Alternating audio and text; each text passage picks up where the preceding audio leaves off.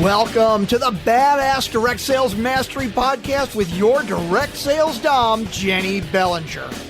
Badass Direct Sales Mastery is a podcast for rock star direct sales moms who are determined to make their business kick ass. Jenny will share her knowledge of effective sales and recruiting techniques, tips to get what you want from your business, and will interview direct sales professionals and leaders from various companies.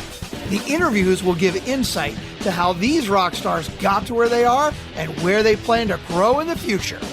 And now, the direct sales dom, Jenny Bellinger. Welcome back to another episode of Badass Direct Sales Mastery. I'm your host, your direct sales dom, Jenny Bellinger, helping you whip your business into shape. And today I have with me Kai Deering. Now, Kai was introduced to me online by some mutual friends, and we had a meeting and we immediately fell in business love with each other. And so I was like, I've got to get you on the show. So let me tell you about Kai. She loves empowering people with access to their rights via LegalShield and all things entrepreneurial. She has been blessed to be an inspirational speaker and has made contributions to 3 best-selling books, including Go for No for the Network Marketer. Utilizing her real-life experience as a multiple 6-figure earner, she's currently working on her 3rd million with LegalShield. She aims to teach winning business strategies and help others to stop playing small, thus reigniting shelved dreams with actionable insights. Kai, welcome to the show.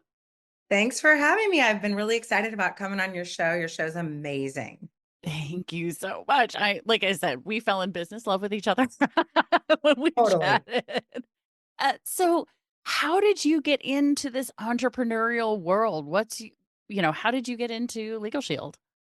Well, I think sometimes when things happen, your tragedy ends up being your destiny.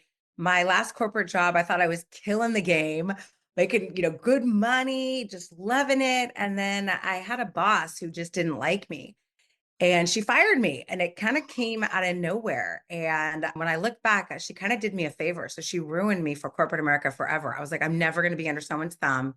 I'm never going to, be at the whim if someone just doesn't like me, doesn't want to be with me. So I decided that I'm never going to work for anyone else again.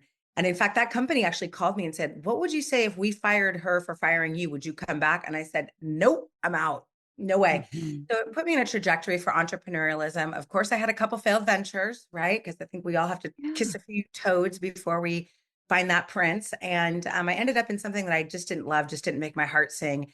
And that's when I was making okay money again as self-employed, but working 80 hours a week. And a waitress and a student actually showed me the program LegalShield. And at the time I was already a member.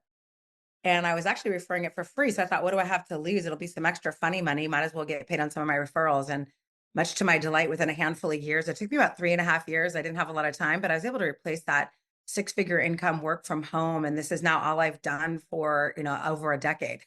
Wow, that is awesome. So let's talk about what that journey looked like because yes, you're on the Badass Direct Sales Mastery show, but I've got you specially tagged as part of our 6-figure success series.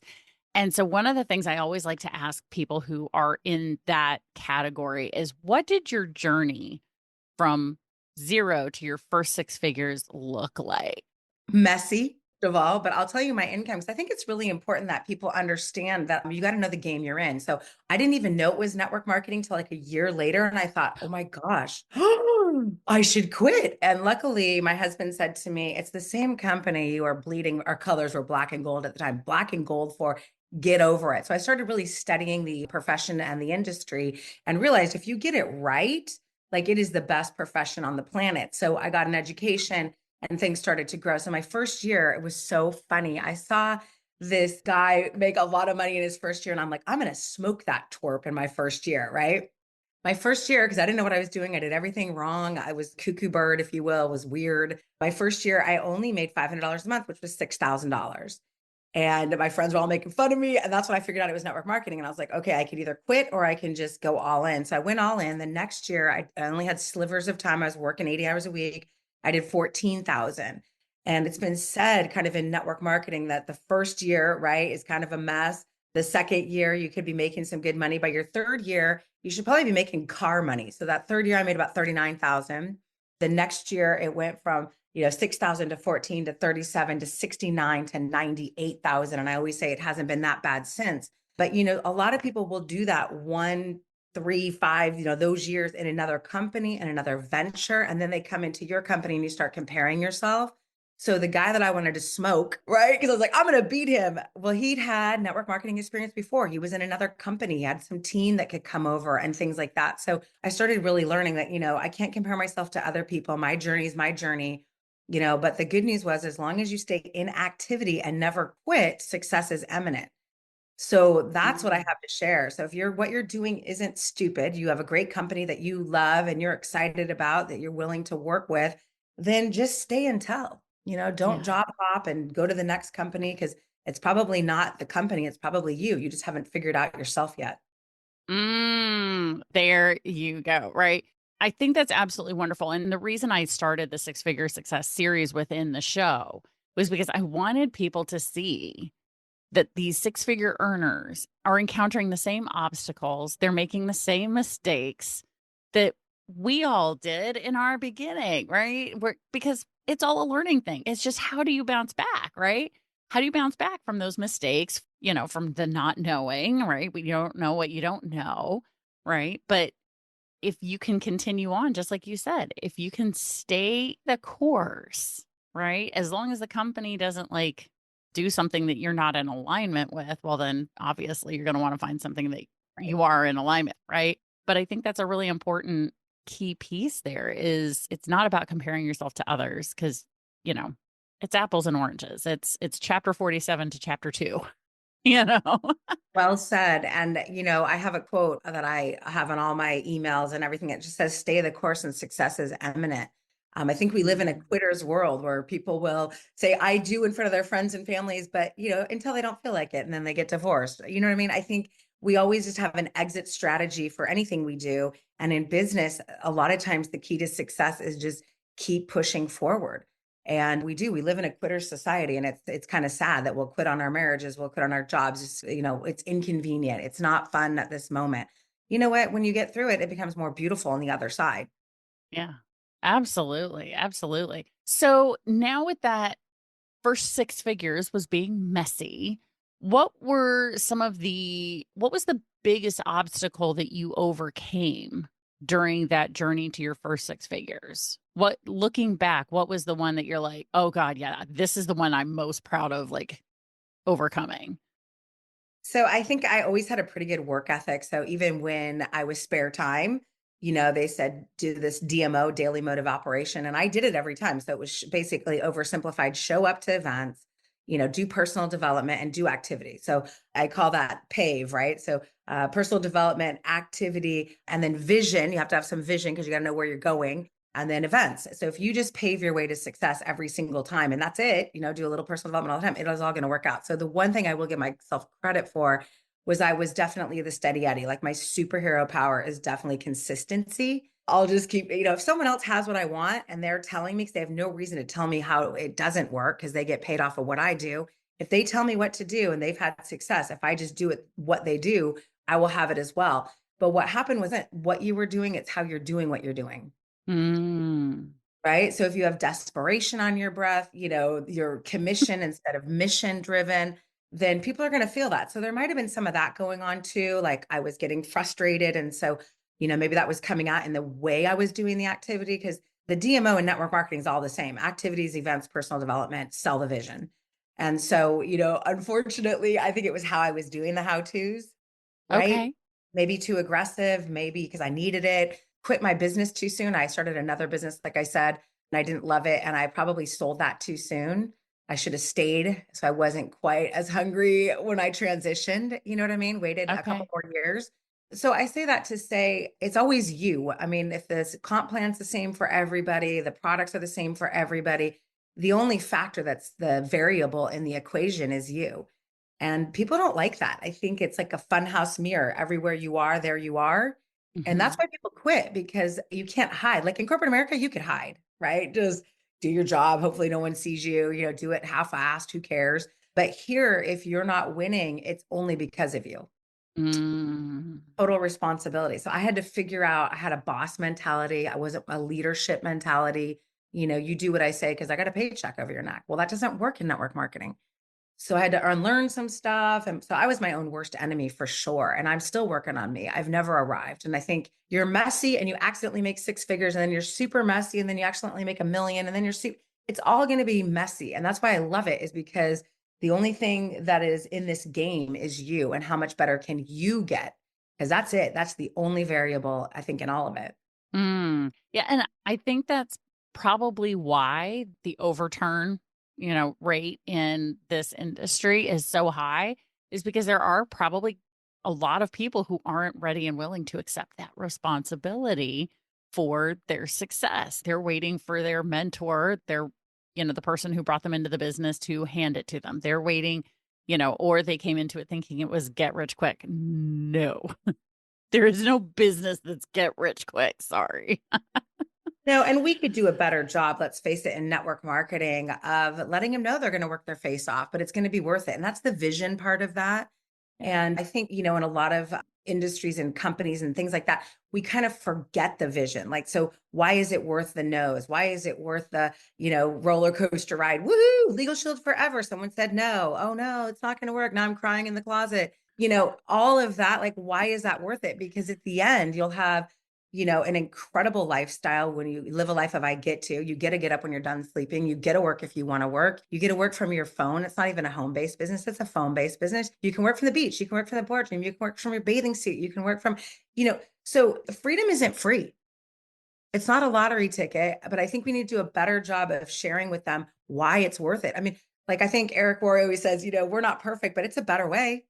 It's a better way for most people than grinding and working on somebody else's dream, making someone else rich, as opposed to working on yourself and making yourself rich. But it's also the blame game. Like, most people are so accustomed, like we just had an inauguration, right? So they're going to blame who's in office. They're going to blame the economy. They're going to blame their upline. They're going to blame my team sucks. Okay, I've been there. I've said stuff like that before, but it's not your team, it's you. Yes. Oh my gosh. And this is hilarious because your episode is coming out after I did an episode called Why Your Team Isn't Working. And yeah, the hard truth is putting that magnifying glass on the reason why. And it all comes to the leader, And so, oh my gosh, it's because there's so many factors in that. So many factors in the team building phase. So let's go down that path, right? So what have you found to be effective to help you find the people on your team who are working, who are doing the business? Like, what is it that you're looking for? How do you find them? Let's go there. How do you lead them?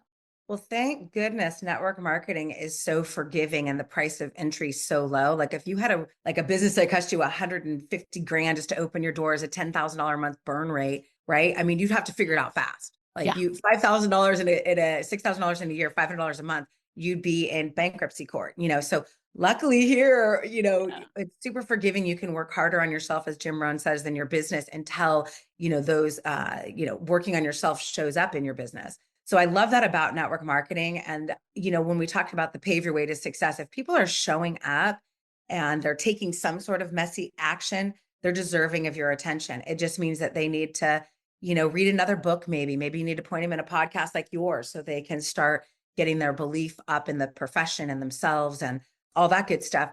But those types of people, I love those people. So I've got a guy on the team that was, he was there for a while, he left, and he realized this was the only thing that was paying him residual income. We've got 30,000 people in the company getting residual income, and he was one of them. And he's like, well, I've done real estate. I lost all my real estate, but this is the only thing that kept paying me, even though I wasn't working. So he decided to come back. And he has now we have this thing called Performance Club. It's just consistently writing business and recruiting. And he's done it now for 12 months in a row. But, it took him a long time to get there. And luckily it wasn't a house where he had to spend, like I said, $1.5 million as an investment. Right.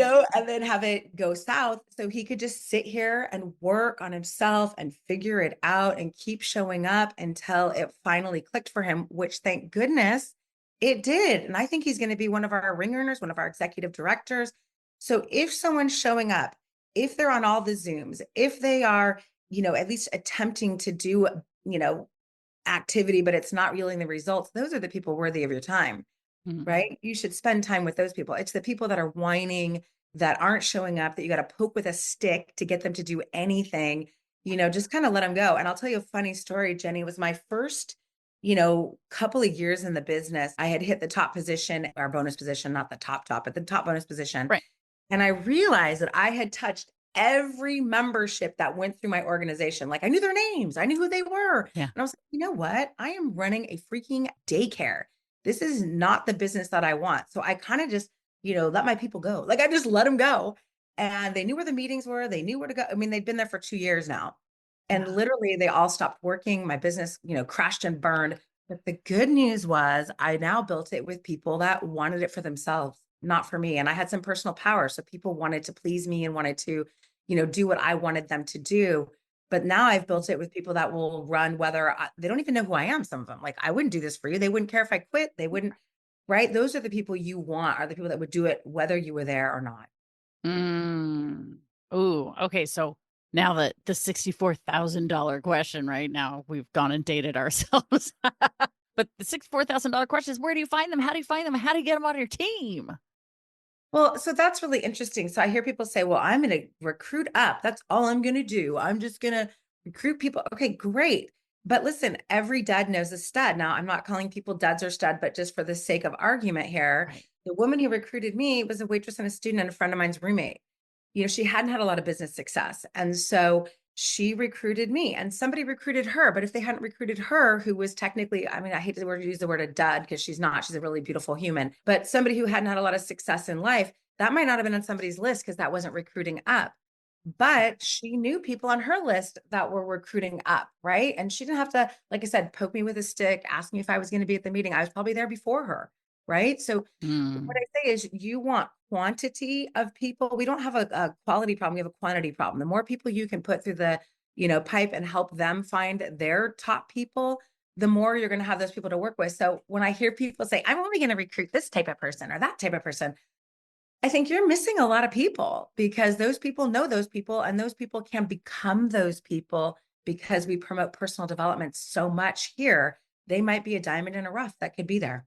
Right, exactly. And I found that, so when I was active in my Park Lane jewelry business back in the day, I found that when I started interviewing people, like, why do you want to do this? Not just, oh my God, I'm so excited that someone wants to come on the team because they have no idea what they're in for, right? Like, why do you want this? Like, what do you think this is going to do for you? What are you trying to create with it? Like, I would ask questions like that to see, because I was like, I've got to know what their motivation is. Because if I don't know what that is, I can't help them get it. Yeah. I think a lot of times we're just so excited to have somebody with a pulse. Yeah, exactly. And then we're like, I got one. Like you're, bagging elephants on a safari or something. You know what I mean? So you're right. Like they always talk about your why. And I have this whole training I do on why, oh, why, because they used to tell me, why do you want to do this? Why? And at Mhm. first I was like, I want to get my money back. I mean, like maybe that. So I think it also grows over time, the reason why they want to do the business. Cause then I started seeing a vision where like, hey, maybe I could replace this income and walk away from this career that I don't like. And then I was like, well, hey, maybe, I could earn maybe I could be $1 million a year earner with the company. Maybe. So I think your vision, like if you could make 500, you're like, well, why couldn't I make 1,000? Then you make 1,000, you're like, why couldn't I make 10,000? You make 10,000, you're like, why couldn't I make 20,000? So I think you start with like, they kept telling me, why? I was like, I don't really know why. I think it's fun. I hate what I do. Seems better than what I am doing. I mean, I just didn't have this big why. And then it came like I wanted to prove something. I had a bunch of haters that were like, what are you doing? That's stupid. And I was like, well, not my now my why is I want to prove them wrong. Right. Exactly. And some of us have that, right? Because, the number of people I've seen in network marketing where their spouse isn't supportive or their family isn't supportive of it. And I'm like, I still managed to hit number one in the world without my sister ever having a party for me. Yep. Yeah, I was thinking about that too. Like in my company, like my mentor has 3 generations involved. I don't have any of my close friends and my immediate family at all involved in this business. But how fun, you get to meet your new best friends. Yeah. Oh, yeah. And let me tell you, some of my, not just some, all of my best friends for the most part right now are people who I've met through business. Whether or not they're in the business that I'm in or not, entrepreneurs just have that vibe, right? And so we get it. Like, we don't get, butt hurt when someone doesn't call us, because we're like, hey, I'm just working my shit. And hey, if we get to go have breakfast to brunch together sometime, great. That's awesome. Or I run into you once a year on the marketers cruise. Fantastic. You know? So funny that you say that, because I remember when I first got started, I'd call my friends and family and I'd say to my husband, they didn't call me back. That means they don't like me. That means they don't, and he was like, does it really mean that? And I was like, could it mean that they just didn't call you back yet? And I was like, oh yeah, huh? So, I mean, I think there's this huge story that we tell ourselves about what everything means, what everything. And I think once we start getting over that, like, we're not the center of the universe. They're not even thinking about us. You know what I mean? Like, they're thinking about themselves. That's it. That none of that means that they don't like you. None of that means that. And he's like, have you ever not called somebody back timely? And I'm like, yeah, maybe. You know what I mean? It's like, okay, so we need to just get over ourselves, right? And Yeah. that's a really hard thing, I think, for us to do. And that's why you are attracted to other people that are entrepreneurs, because we have a little bit thicker skin. We don't really like, life is lifing, that just because somebody didn't call you back. But I do remember that hurt so bad. And then they'd be like, oh yeah, my mom died. And I'd be like, oh, right? Like they couldn't call me Mhm. back because they had an emergency or something happened to them. And then I was like, gosh, you feel so bad. So I think especially women, we need to stop making up stories about what stuff means. It doesn't mean anything. It just means they didn't Right. call back. That's Yeah, what it is. exactly. And, I very much credit my ability to do that much more easily since I went through Scott Conway's Ohana Way program, because that's one of the things he talks about is, why would you tell yourself the worst story possible when you also have the ability to tell yourself the best story possible, which is they want to call me back, but life is keeping them from doing it. They haven't had the time or whatever. Like, instead of making it about, oh, they don't like me or they're avoiding me or blah, blah, blah, blah. Like, you're telling yourself that story. Reach out and find out why. Like, make sure they're okay. I had somebody no show on me earlier today, and I did not make it about me and be like, where were you? How dare you not show up to our meeting? Blah, blah, blah. I was like, hey, is everything okay? And she was like, actually, no, I had a personal emergency. My phone died, so I couldn't even tell you. I was like, girl, it's totally fine. Like, she was uber apologetic, right? And I could have made it about me, but I didn't like, she didn't show up to my meeting. Yeah. And No. I think most of us are quick to go there. And you're 100% right that we got to look for what's good about it. What's good about this situation? What can you learn? What's the lesson? And really go for what the real answer is. And at the end of the day, everybody's just going through their own stuff. And I think the word that came to mind when you were talking, Jenny, was just the word grace. We Mm. need to give people more grace. And we're in the attraction business. So if you call them and say, hey, girl, why don't you call me? I mean, it's already the Heisman, like pushback.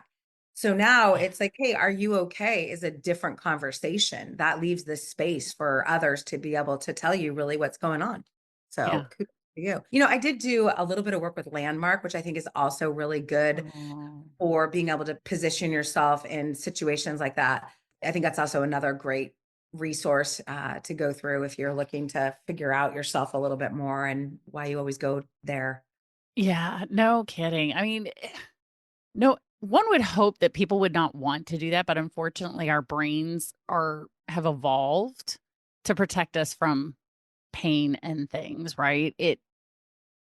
But it still sometimes goes there because we've had our own stuff in the background, right? But when you can deal with that, the story becomes much easier to tell. And really, it just starts with challenging it and going, is that real? Just like your husband was saying, is that really what it has to mean? Does it have to mean that? No, it really doesn't. You get choices.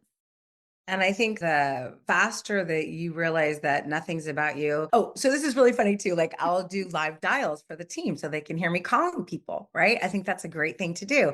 And I did one yesterday for about 45 minutes, and there was a few people on, and they just laughed because I got hung up on, and they're like, oh, people hang up on you. I'm like, yeah, people are people. Like, they just like, they hung up on you. They told you no, they were rude to you. I'm like, yeah, I mean, yeah, they're like, wow. So I think there's also a misperception that once you made, multiple six figures, multiple millions, that like life looks just so perfect when you're prospecting and when you're out showing up in the world that nobody would ever dare. Like, you don't know who I am. I'm like, they don't know. I mean, they don't know who you are.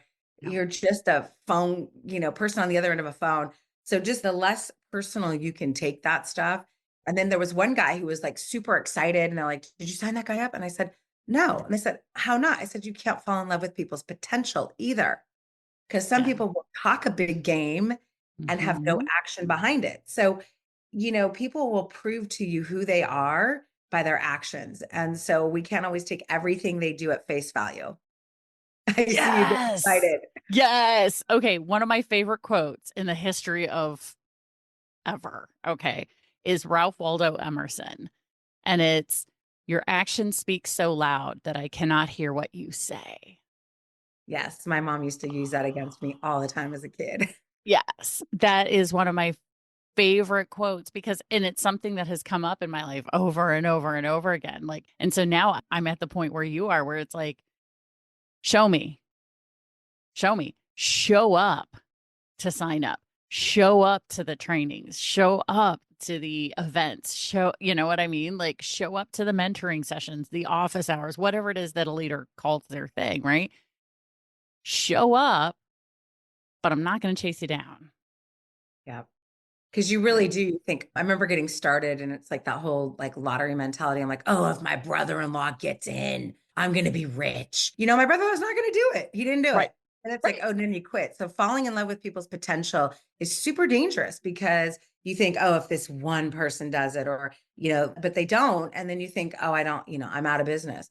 There are so many people out there, at least, especially in my profession, that have a legal situation that's keeping them up at night because they don't think they can afford it. They're praying for some sort of solution financially, legally, you name it.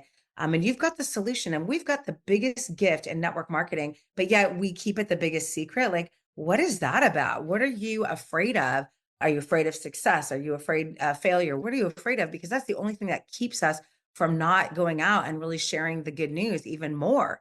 And I think sometimes people, like, because they haven't had all the success that they want, they're afraid to show it to somebody else. But it's not about you. You can point to other people that have had success. Because people just say to me, how much money have you made? And I was like, $500. But I'm working with somebody who's working on their 10th million. Do you want to Yeah. meet them? You Right. don't want to compare yourself to me. I'm brand new. Right. So some of that's just, believing in yourself, believing in your product, believing in, your upline and really leveraging all the tools you have. Cause it's about third party at the end of the day anyway. It's not about you. Yeah. Well, and what came up for me during that is, okay, you were brand new and you were making 500 a month. How many people in network marketing would kill to be making 500 a month at what they're doing?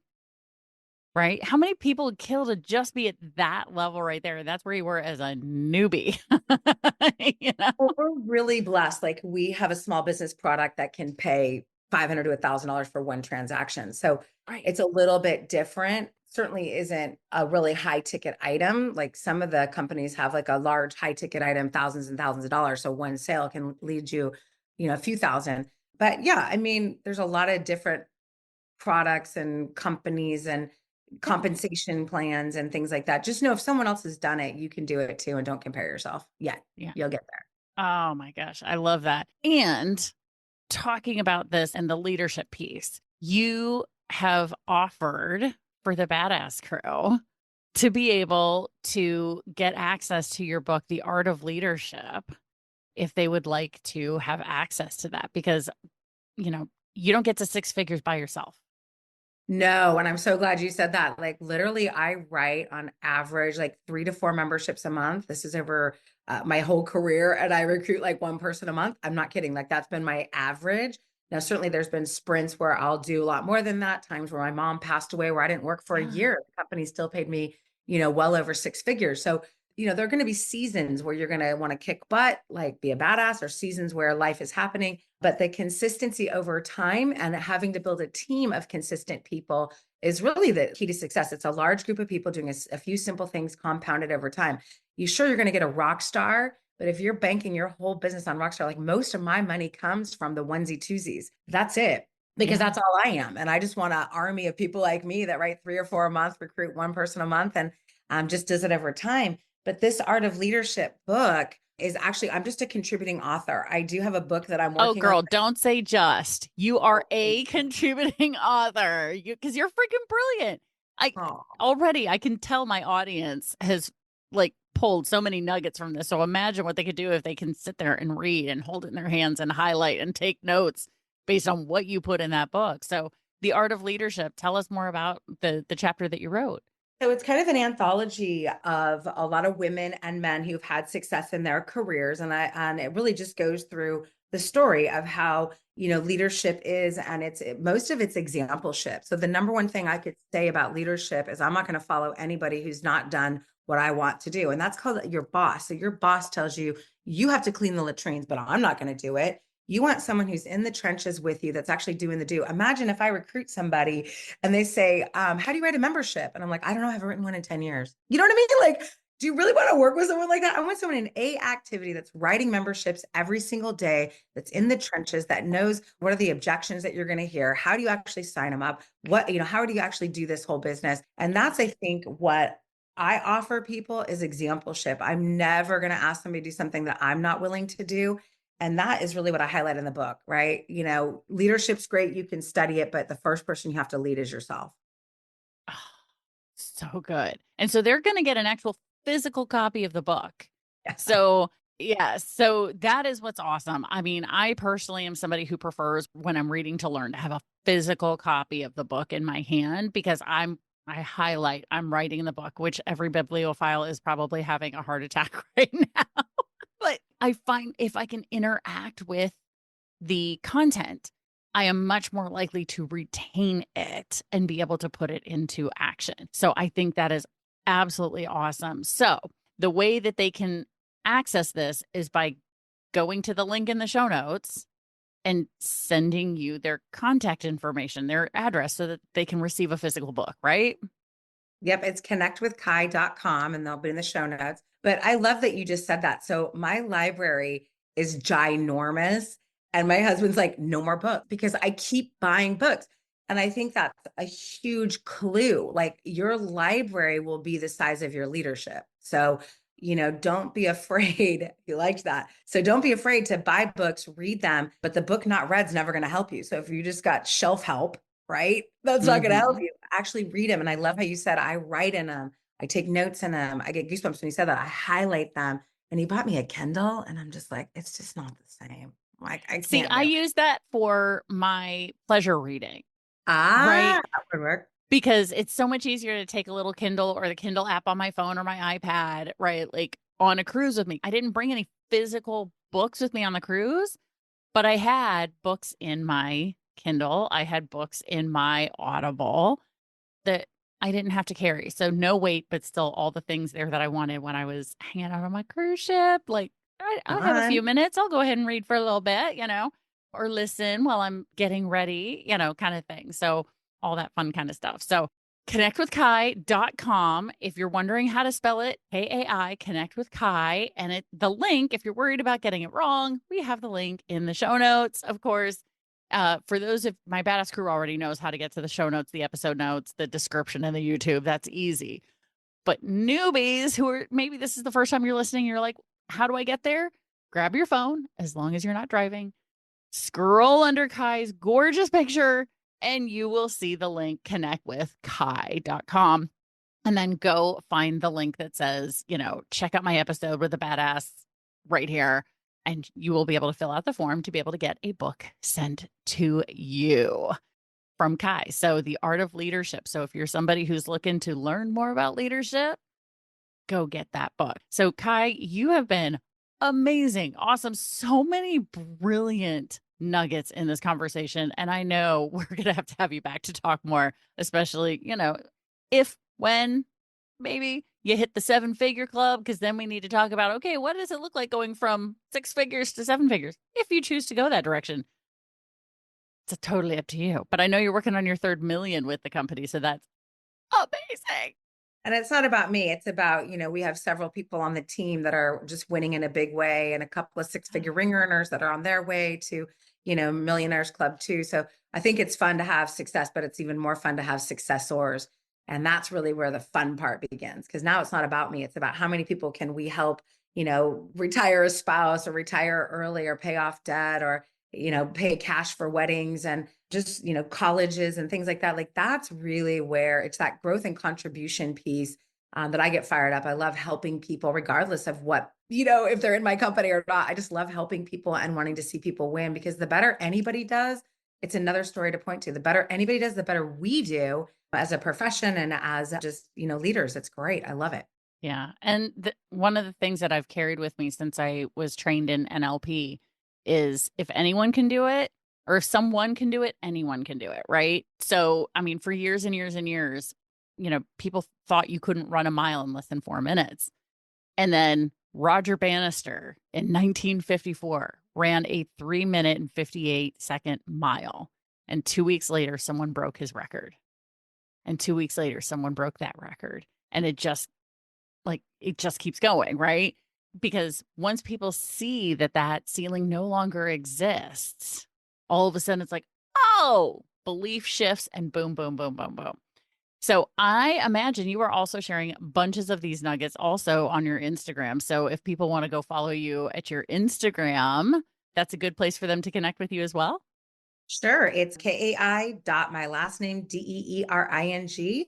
That's my handle. And it's also on Connect with Kai. So all my social media videos on how, if you have a legal situation is on there. If you are interested in learning about how to work from home, that's on there. So all kinds of resources are on there that I'm excited about. Oh my gosh. Love it. So Badass Crew, if you want to check out another great person to follow on Insta, if you're out there, Kai would be a great person to follow, but also check out Connect with Kai. If you're like, Insta's not my place, she's got all her other links right there as well. Kai, I so appreciate you coming here, sharing your wisdom, your knowledge, and your experience. This has been awesome. Well, you are incredible. And please keep up the good work. People need to know what it really takes to be successful in network marketing. And so thank you so much. And congratulations on all your success. You're number one. And now I know why. You're amazing. Thank you. Thank you. Oh my gosh. The Mutual Admiration Society of Jenny and Kai has now officially begun. All right. Thank you so much for being here. And Badass Crew, stay tuned because you know how this goes. There's another badass episode on its way. Thanks for listening to the Badass Direct Sales Mastery Podcast with your direct sales dom, Jenny Bellinger.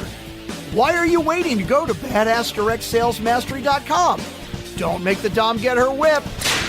If you enjoyed this episode, make sure to share it with another rock star that you know in direct sales after you subscribe to the podcast so you won't miss any future episodes. You can also check out the show notes for links and any contact information mentioned in today's episode. We'll see you next time.